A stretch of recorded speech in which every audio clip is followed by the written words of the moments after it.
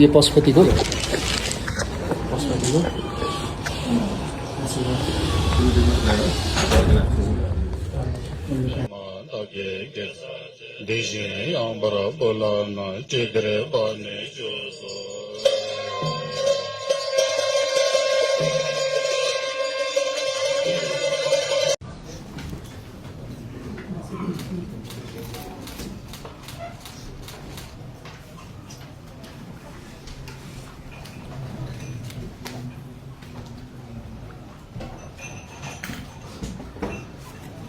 नमस्ते सम्पूर्णलाई।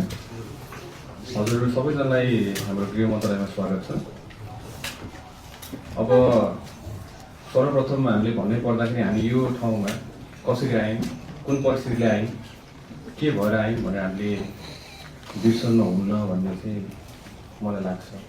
त्यही भएको हिसाबले शहीदहरूको सम्झनामा चाहिँ हामीले एकचोटि 1 मिनट जति हामीले मौन धारण गर्न म हजुर सम्पूर्णलाई आग्रह गर्छु।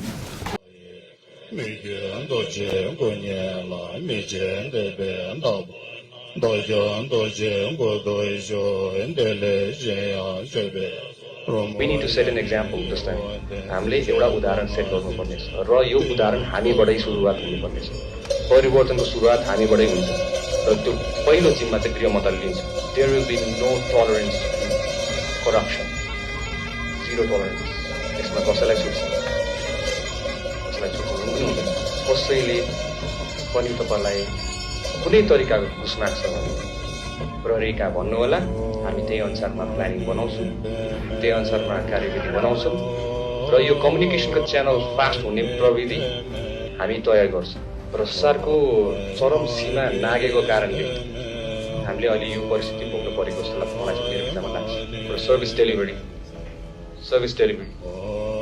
1 नम्बर कोठा, 2 नम्बर कोठा, 3 नम्बर कोठा, क ख ग गर्दै नपढेको मान्छेलाई नि त पढाउने हाम्रो विभागहरू, कार्यालयहरू यसरी गरेर तपाईँको हरेक कर्मचारीसँग अब कतिजनाको नियत राम्रो भयो त ठिकै छ, तर नियत नराम्रो भएको खण्डमा चाहिँ भ्रष्टाचारको सुरुवात यहाँबाट हुने भनेर हामीले पत्ता लगाएको छ, जहाँ कि तपाईँको फाइल रोकिन्छ, नागरिकलाई समस्या हुन्छ र उहाँले भन्नुहुन्छ, हाम्रो कर्मचारी साथीहरूले त्यही अनुसार भन्नुहुन्छ, सर यो फाइल मिलाउनको लागि मलाई अलिकति भइदियो भने म त्यही अनुसारमा हजुरलाई चाँडो फास्ट ट्र्याकबाट म गरिदिन्छु। यो फास्ट ट्र्याक चाहिँ विदाउट एनी ब्राइब हुनु पर्यो।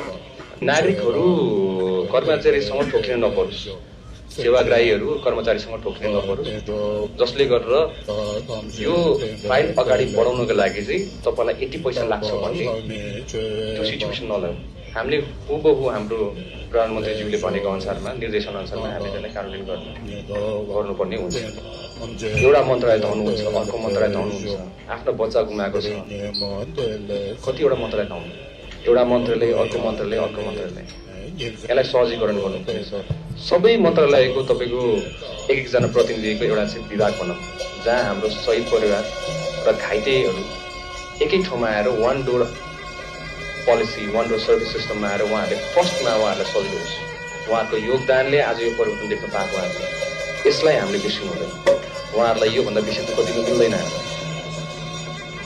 त्यही भएको हिसाबले हामीले शहीद परिवार घाइते परिवारहरूलाई उहाँलाई शिक्षा चाहिन्छ भने त्यही अनुसारमा हाम्रो त्यहाँ शिक्षाको एकजना प्रतिनिधि हुनुहुन्छ त्यो विभागमा। उहाँलाई स्वास्थ्यमा समस्या छ भने त्यही अनुसारमा हुन्छ, आर्थिक पाटो छ भने त्यही अनुसारमा हुन्छ।